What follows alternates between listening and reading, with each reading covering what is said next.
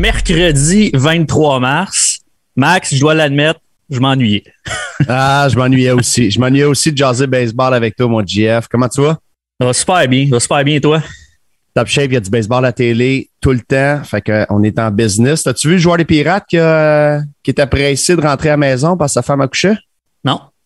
Il est au bâton. Le coach parle avec les descripteurs puis il dit là, mon gars qui est au bâton, il va falloir qu'il parte bientôt. Sa femme, elle va accoucher. Paf! Frappe la balle au bord de la clôture, court les buts, rentre dans le vestiaire, parti voir sa femme accoucher. Incroyable.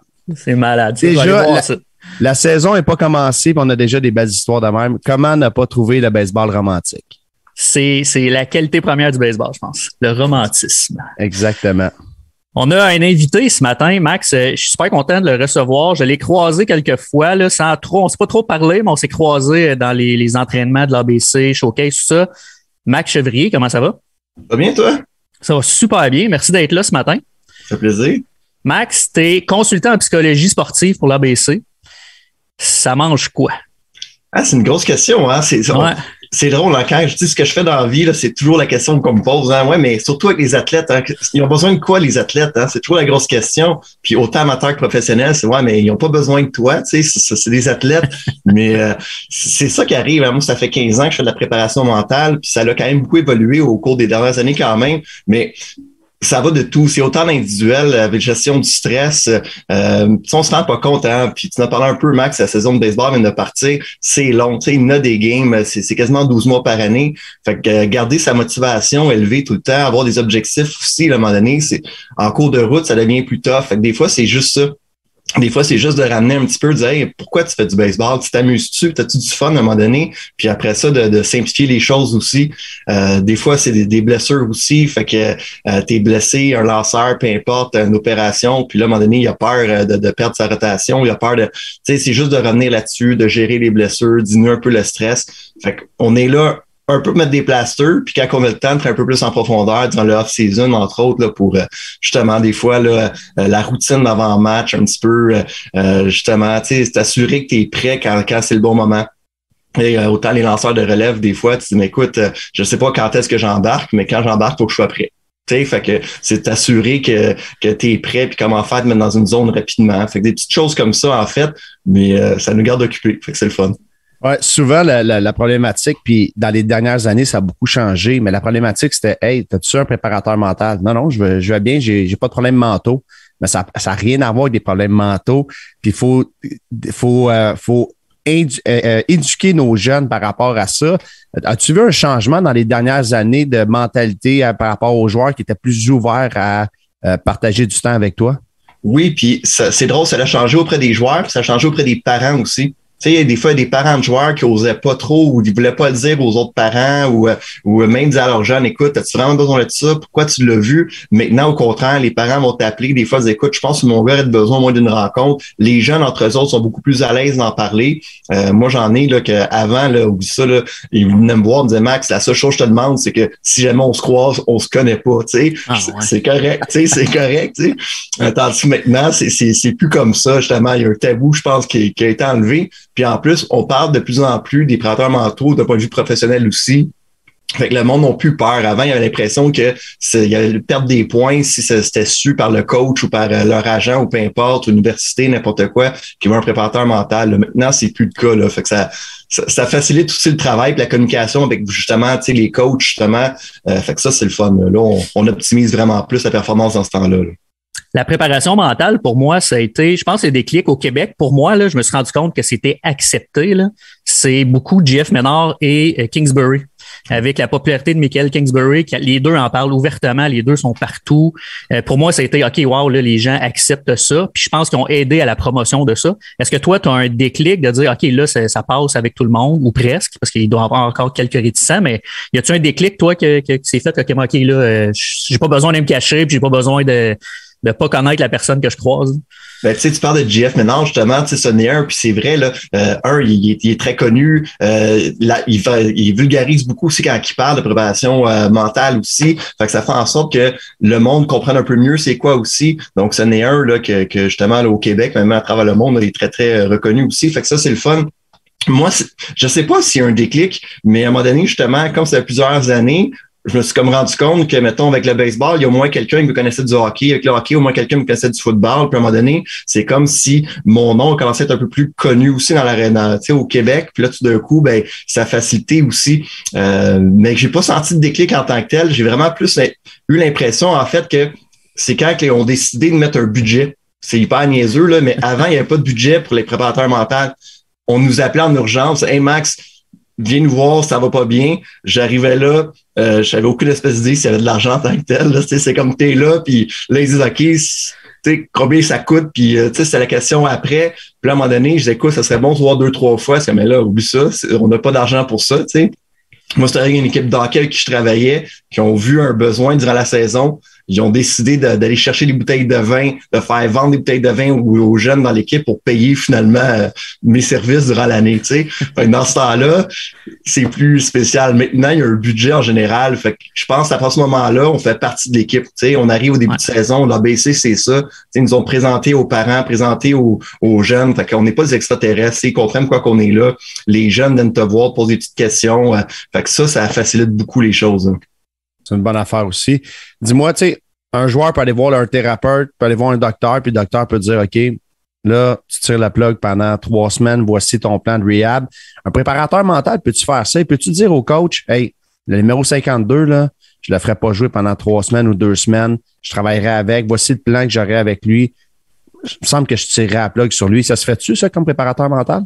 Ça se fait, puis ça se fait plus maintenant, dans le sens que maintenant, les coachs vont l'accepter. Ça m'est déjà arrivé dans le passé de dire, écoute, cette personne-là vit des choses difficiles, il n'y a pas la tête là, on augmente les risques de blessures, il n'y a pas le goût de jouer non plus, il n'y a aucune motivation, il n'y a pas le goût d'être ici. Puis le coach a dit, écoute, c'est ça sa job. S'il n'est pas content qu'il s'en aille. Non. Là, présentement, c'est pas un bon timing. C'est exactement comme si à la clavicule cassée, un poignet cassé, on va le mettre de côté, on va travailler d'autres choses, puis quand il va revenir en force, tu sais. Fait que ça a été difficile au début. Maintenant, ça se fait mieux, mais justement, ça se fait en équipe, tu sais, avec des fois un préparateur physique, quand, tu sais, dépendant de la problématique, on en discute, puis on dit, OK, mais on va se concentrer sur d'autres choses à l'extérieur, en parallèle. Ça c'est beaucoup mieux à accepter. Mais avant, là, oublie ça, ça l'aurait durement passé, mettons. On l'a vu au hockey avec Jonathan Drouin, Carey Price d'ailleurs, mais je serais curieux de voir si ça pouvait se faire dans la NFL, par exemple, qui est un peu plus, tu sais, c'est ça. C'est un peu plus difficile, je pense, d'amener ces affaires-là. Fait que je serais curieux de voir si un joueur dit, hey, moi, je vais prendre quelques semaines de repos, là, tu sais. Je serais bien curieux, mais on l'a vu au hockey, donc c'est quand même intéressant de ce côté-là.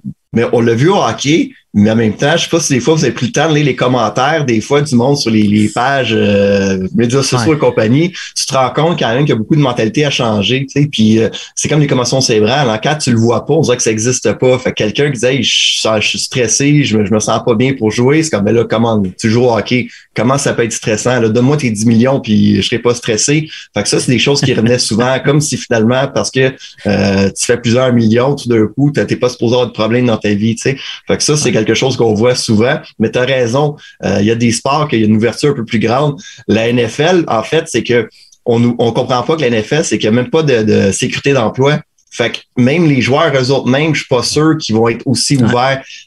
Moi, je suis consultant pour une équipe dans la NFL, puis je te cacherai pas que le stress est là. Ils savent que leur durée de vie est tellement courte dans la NFL là, que blessure, pas blessure, oublie ça, là. Ils veulent pas le dire. Fait que quand on touche le côté psychologique, encore moins, là, parce qu'ils se disent, oublie ça, là, moi, on me coupe, c'est fini, puis je retourne chez nous, j'ai pas mon salaire garanti en plus. C'est 3 ans, je pense, ou 2 ans et demi, la moyenne dans la NFL, là. En 2 ans et demi, t'as pas le temps de faire des millions non plus, là. Fait que non, ça, c'est l'autre problématique. Fait qu'il y a vraiment un changement de culture à faire, je pense, là. Ouais, en effet, quand tu lis les commentaires Facebook, là, faudrait qu'il y ait un petit avertissement, puis il faut que tu prennes ça comme divertissement, parce que des fois, tu peux t'enflammer, puis répondre, pour avoir une bonne bataille de commentaires Facebook dans ces histoires-là. Maxime, il y a quelqu'un qui vient te voir pour la première fois, exemple, il prend 5 séances avec toi. Comment ça fonctionne? C'est quoi ton plan de match quand tu rencontres une personne pour la première fois? Vers quoi tu tends à travailler? C'est quoi tes réflexes envers ces personnes-là? Comment ça fonctionne? Mais souvent, c'est de voir ses attentes, hein, parce que des fois, il y en a un peu c'est toujours comment qu'on nous a vendu. Tu sais, des fois, on a un peu l'impression qu'on a une baguette magique, puis là, tu viens nous voir, puis OK, parfait, je suis pas motivé, mais parfait, sois motivé, puis c'est simple de même, tu sais. Fait que c'est sûr que c'est de voir les attentes, puis souvent, mais c'est le même processus, c'est de voir un peu les habitudes de vie. Tu sais, j'en ai qui sont hyper stressés, ils dorment 4 heures par jour, mangent mal, tu sais, ils bougent pas bien. Fait qu'à un moment donné, tu te dis, écoute, on peut-tu juste gérer un peu là, ton horaire? Fait que souvent, c'est les objectifs, voir un petit peu en parallèle qu'est-ce qui se passe.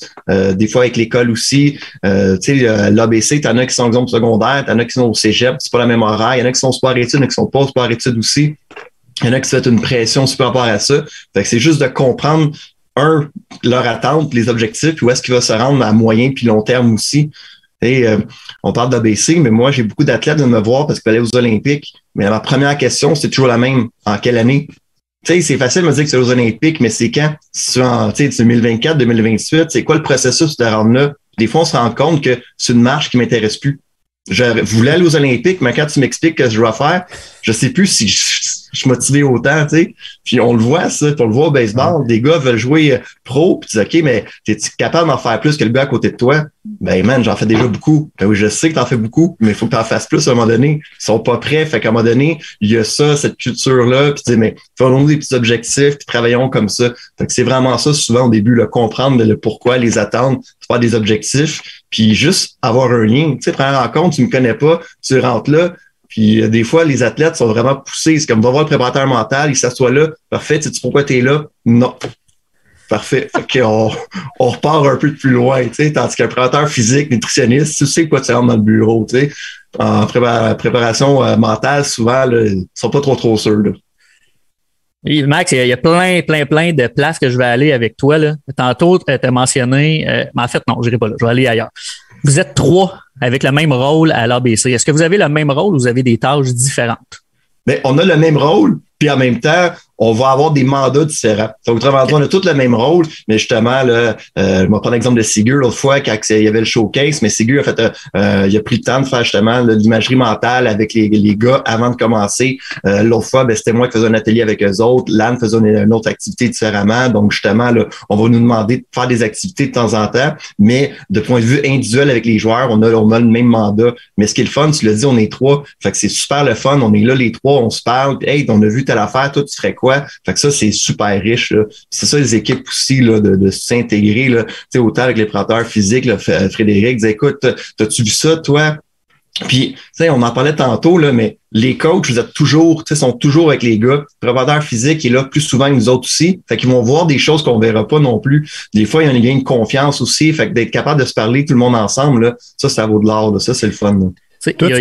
Vas-y, Jeff. Vas-y. Ben non, mais j'allais juste poursuivre sur ce que tu as dit, Max. C'est juste, tu sais, vous êtes 3. Il y a Lann qui est avec toi, qui connaît pas vraiment le baseball, qui a pas été vraiment dans le sport, si je me trompe pas. En tout cas, non, elle était dans le sport, mais pas dans le baseball. Toi qui es plus dans le sport, tu connais un peu plus le baseball. Est-ce que, justement, ça aide ça peut l'aider elle? Est-ce que elle peut voir des choses que tu vois pas parce que, justement, tu es tellement dans le sport et elle peut-être un peu moins? Tu sais, y a-tu cette force-là aussi d'être à 3? Là? Ben oui, c'est une force. Puis justement, tu sais, moi, j'ai joué au baseball longtemps, j'ai joué au hockey encore plus longtemps. Puis des fois, c'est toujours de pas prendre ton réflexe d'athlète. Tu sais, donc des fois, c'est de l'enlever. Ça, je suis pas là comme athlète. Je suis aucunement là pour donner des conseils non plus. Donc, tu me verras jamais donner un conseil à un athlète là, de point de vue technique ou tactique ou quoi que ce soit. Mais ça m'aide des fois de comprendre, tu sais, certaines réalités. Mais en même temps, Lann a fait quand même beaucoup de sport. Je veux pas me tromper, mais il me semble qu'elle joue même au football ou au rugby, mais je me souviens plus, là. Je veux pas l'induire en erreur. Mais au final, je pense quand même qu'avoir fait du sport nous aide à comprendre. Tu sais, je l'ai vécu quand même dans certaines situations, certains psys qui ont jamais joué beaucoup de sport. Des fois, ça devient difficile de comprendre le sentiment de stress ou juste avant, tu sais, avant une compé, avant une game importante. Des fois, ce petit sentiment-là aussi, quand le gars dit hey, moi, je veux tout lâcher, puis t'as 2 minutes de la game la plus importante de ta vie, tu sais, tu fais comment ça? Mais il y a ce feeling-là que tu as déjà vécu. Les petits papillons, ces petites choses-là. Fait que des fois, ça t'aide à mieux comprendre, je pense, quand même, là. Puis il y a certains sports, tu as raison que moi, je touche pratiquement pas parce que j'ai de la misère à comprendre, tu sais, il y a des petites choses qui me manquent des fois. Il y a beaucoup d'éducation aussi, des fois, que les athlètes doivent me faire dans certains sports pour dire, OK, c'est de même, ça marche, OK.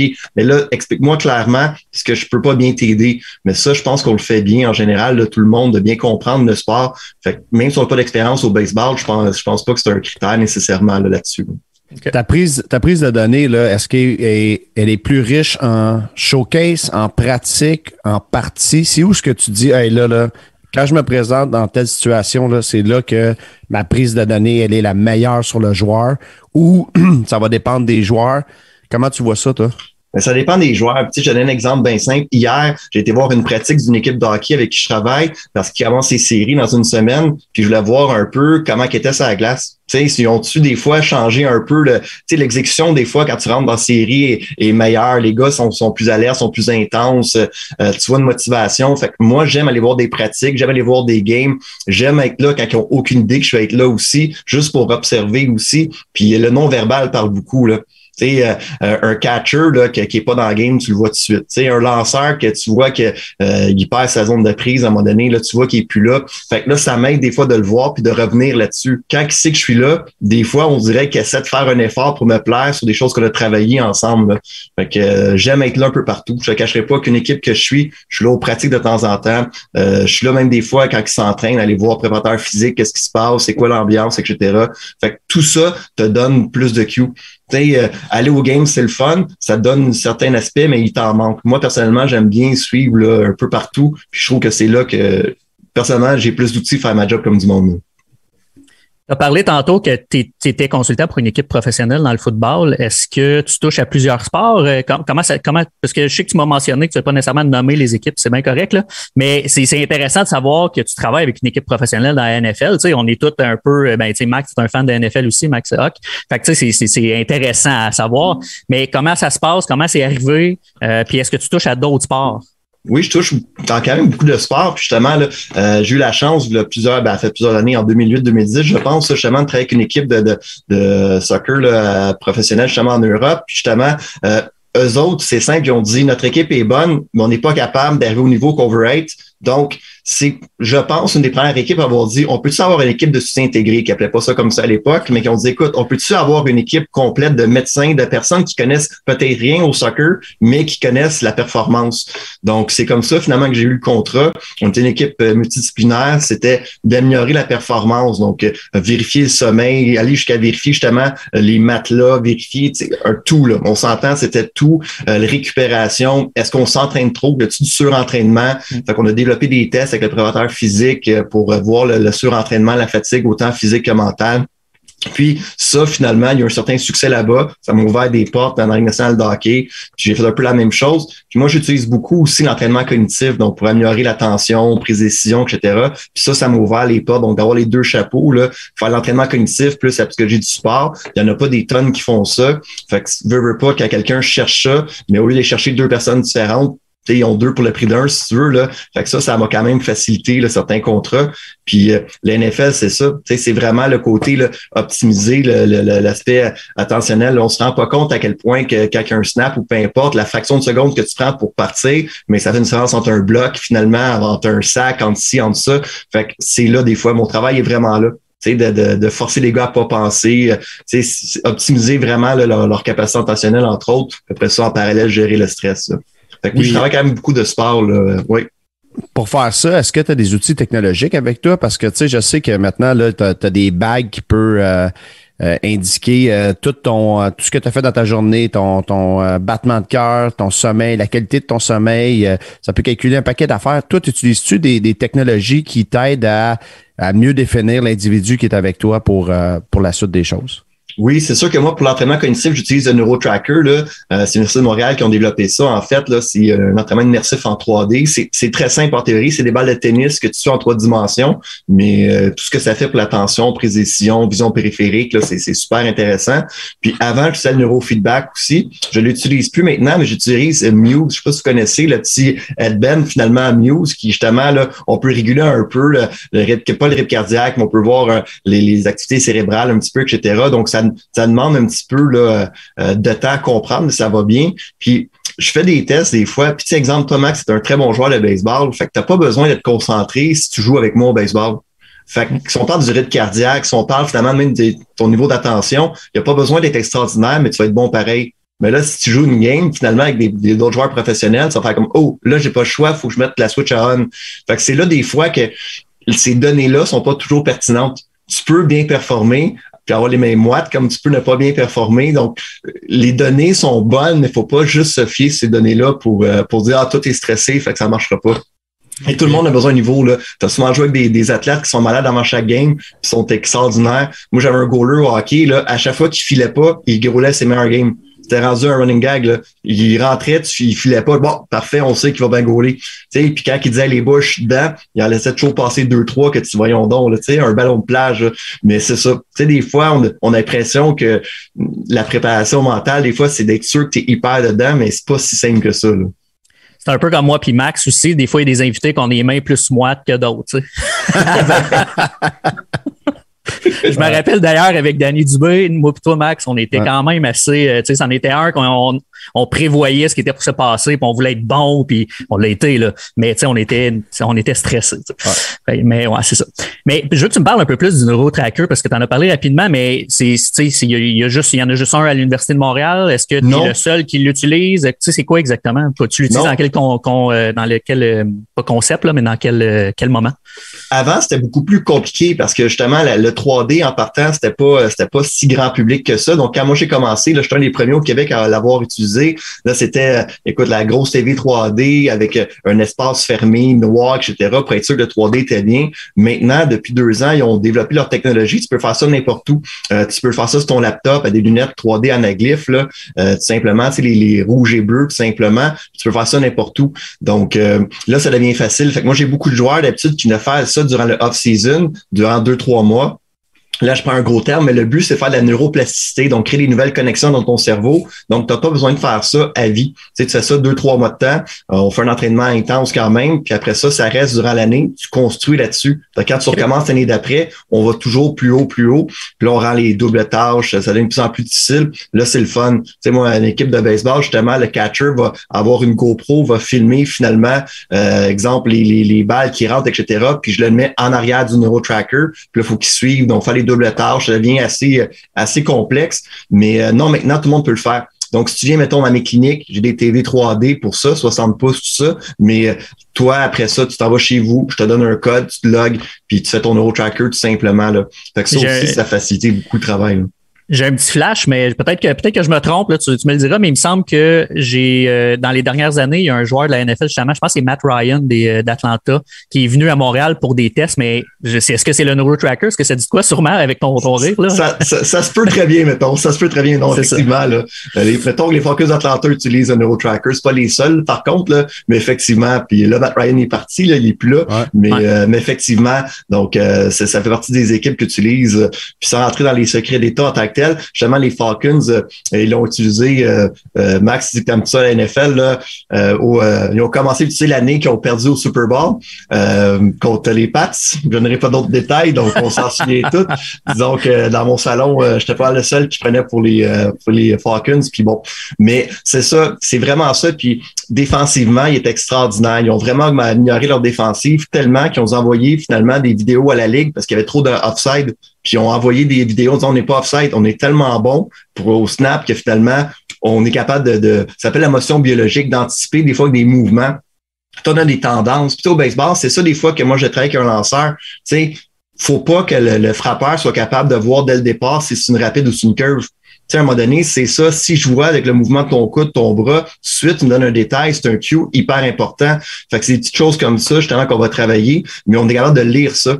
Donc, c'est bon pour les athlètes, mais c'est bon pour une personne âgée qui, avec le temps, veut pas trop conduire dans une ville parce qu'il a peur, il a peur de traverser la rue parce qu'il a peur d'anticiper la vitesse de la voiture aussi qui s'en vient. Fait que c'est très bon pour la performance générale. Donc, oui, pour les athlètes, mais TDAH, AVC, commotion cérébrale, donc c'est personnes âgées, là, c'est super bon, là. L'armée américaine l'utilise depuis plusieurs années aussi. Il y a pratiquement là, tous les gros sports l'utilisent. Puis tu vois, tu me parlais de sport tantôt. Le e-sports, je touchais pas à ça avant. Puis depuis quelques années, j'utilise de plus en plus de NeuroTracker dans le e-sports. Puis c'est assez intéressant, mettons. C'est assez intéressant. Wow. tu parlais de un lanceur qui bouge un petit peu le coude. Ça curve, ça rapide. On a reçu au show, on a déjà reçu Jonathan Malo, qui a une des plus belles carrières professionnelles québécois, là. Tu sais, j'exclus Russell Martin et Éric Gagné, là. Mais lui, là, 4 pitches de n'importe quel lanceur, là, boum, il va te trouver tout de suite où ce que tu tapes le pitch. Il est absolument incroyable dans ce département-là. Puis ça m'amène à une autre question. Tu as parlé de mettre la switch à on. Tu crois-tu à ça, toi, le gars qui niaise, qui se prépare plus ou moins, mais que quand la pression elle monte, paf, il est capable de mettre la switch à on tout le temps? Tu penses-tu que ça a un plafond, ça, ou ce gars-là, il peut se rendre jusque dans le pro en étant quand même comme ça tout le temps? Ça existe-tu sur la switch on-off d'un athlète? En fait, ce qui est tough, là, c'est que j'ai travaillé des athlètes professionnels que justement, on m'a dit, Max, je travaille avec lui parce qu'il est jamais capable d'être sérieux. Mais en même temps, il performe super bien. Fait que là, moi, je suis souvent, tu sais, un peu comme en anglais, l'expression, tu sais, si c'est pas brisé, arrange-les pas. Tu sais, à un moment donné, c'est un peu ça. Mais des fois, c'est dire, est-ce qu'on peut aller un peu plus loin? Puis des fois, on se rend compte, des fois, c'est la durée dans la ligue, exemple, qui va faire une différence. C'est à un moment donné où est-ce que cette préparation-là a ses limites. Tu sais, ça veut dire pendant 3, 4, 5 ans, tu t'en sors souvent très, très bien. Puis à un moment donné, mais peut-être que tu aurais pu étirer ton année. Tu sais, bon, tu sembles être un fan de Tom Brady, mettons, dis-moi avec ta réaction des pattes, tu sais. Mais ce gars-là, il y a personne, il est un peu comme la coriandre, ce gars-là. Hein. Tu peux pas être mitigé. Tu l'aimes ou tu l'aimes pas, ce gars-là. Tu sais, on s'entend. Mais si tu regardes son éthique de travail, si tu regardes tout ce qu'il fait, il est extraordinaire. Là. Tu sais, il est extraordinaire. Fait que ça, mais ça fait en sorte tu vois qu'il revient encore. Là. Mais si tu regardes d'autres corps arrière, ils n'ont pas du tout cette attitude-là non plus. Fait que c'est vraiment un tout. Là. Fait que, oui, tu peux mettre ta switch à on au dernier moment puis très bien performer. L'affaire, c'est qu'on ne sait pas, est-ce que tu aurais pu performer mieux encore ou plus longtemps. Mais quand ça fonctionne, on essaye de pas trop rentrer là-dedans. Puis j'en ai certains athlètes qu'on essaie de rendre un peu plus sérieux, si tu veux, puis ça marche pas. Tu sais, à la limite, Piquet Subban, c'est un exemple. Piquet Subban, ce gars-là, pour les coachs, c'est la pire genre d'athlète que tu veux. Il va faire 12 fois la même erreur. Il va continuer à faire les mêmes... Tu sais, il y a aucune mémoire, ce gars-là, qui est un avantage pour un athlète. Là. Lui, il sent pas mal. Là. Lui, il joue pas avec le bâton serré le chiffre d'après. Là. Lui, il s'en fout. Là.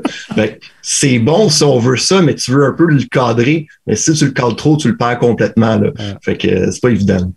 Y a-t-il d'autres athlètes à la Piquet Subban que tu as rencontrés, peut-être moins connus, mais parce qu'il y en a dans tous les sports. Des fois, on s'en rend moins compte. Piquet, on s'en rend compte parce que c'est venu à Montréal. Mais y en a-tu d'autres comme ça? Ben, il y en a beaucoup. Puis, tu sais, peu importe, exemple, au football, tu as 65 gars, 70 gars. Fait que c'est sûr que sur cette gang-là, tu en as une couple de clowns que tu dis, OK, eux autres, ils prennent-tu leur sport au sérieux? Mais des fois, sur façon de se détendre. Moi, j'ai travaillé avec un goaler où t'as un très haut niveau, que ce gars-là, tu dis, c'est impossible que tu goals demain avec les niaiseries que tu fais. Mais ce gars-là, aussitôt qu'il essaie de se concentrer, il perdait tout son focus.